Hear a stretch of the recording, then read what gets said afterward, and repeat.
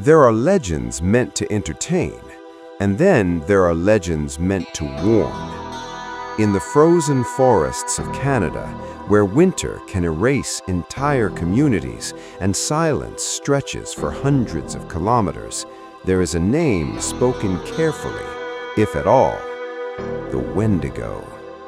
A creature not born, but created. A hunger that doesn't fade when you eat. A spirit that begins as human and ends as something else entirely. Tonight on Northern Nightmares, we're not just asking what the Wendigo is. We're asking why it exists, how it hunts, and where people still claim to see it today. The Wendigo legend originates from Algonquin-speaking Indigenous nations, including the Cree, Ojibwe, and Algonquin peoples, cultures shaped by some of the harshest winters on Earth. This was not a bedtime story. It was survival knowledge. In a world where food vanished for months and temperatures could kill in hours, there was one line no one was meant to cross: cannibalism. The Wendigo was said to be the punishment for crossing it. According to oral traditions, when a person consumed human flesh, even once, something ancient took notice. Their heart turned to ice, their hunger grew unnatural, and eventually, they stopped being human.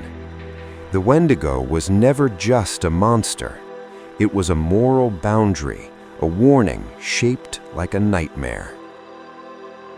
Unlike many creatures in folklore, the Wendigo is not born in the woods. It begins as a person. Traditional descriptions vary, but the core remains the same. Emaciated, skeletal frame, skin stretched tight like frostbitten leather, eyes sunken, glowing or hollow, lips torn or frozen away, a smell of decay and cold air. Some stories describe antlers, others insist that's a modern addition, but every version agrees on one thing: the Wendigo is never full. The more it eats, the larger it grows, and the hungrier it becomes, a creature cursed to crave what it consumes. The Wendigo does not chase prey like an animal. It waits. Legends say it mimics voices, sometimes calling out in the sound of a loved one. Other times it stays silent, letting isolation do the work. Hunters described footprints that suddenly stop, snow disturbed with no tracks leaving, a feeling of being watched that arrives before the sound. And perhaps the most terrifying detail: the Wendigo doesn't kill quickly. It prefers to weaken its victims, fear, hunger, cold, until resistance fades. Because once you're desperate enough, you're already halfway to becoming one. In the late 1800s and early 1900s, doctors and anthropologists documented something disturbing, a condition now called Wendigo Psychosis. People suffering from it believed they were turning into a Wendigo. They craved human flesh. They feared harming loved ones. Some begged to be restrained. Others begged to be killed. To indigenous communities, this wasn't superstition.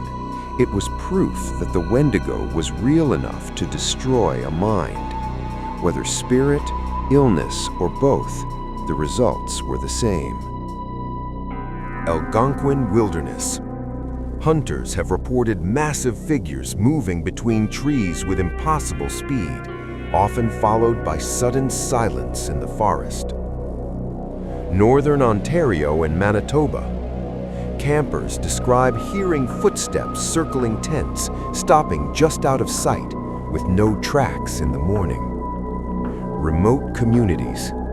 Elders speak of people who went into the bush during famine winters and came back wrong. Not monsters, but not human anymore either.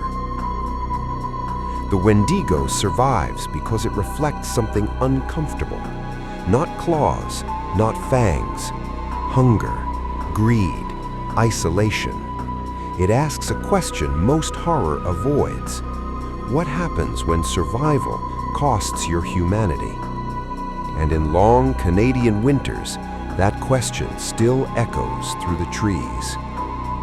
If you've ever felt watched in the woods, if you've ever heard something move where nothing should be, maybe the Wendigo isn't hunting bodies anymore. Maybe it's waiting for something else. This has been Northern Nightmares. Sleep warm.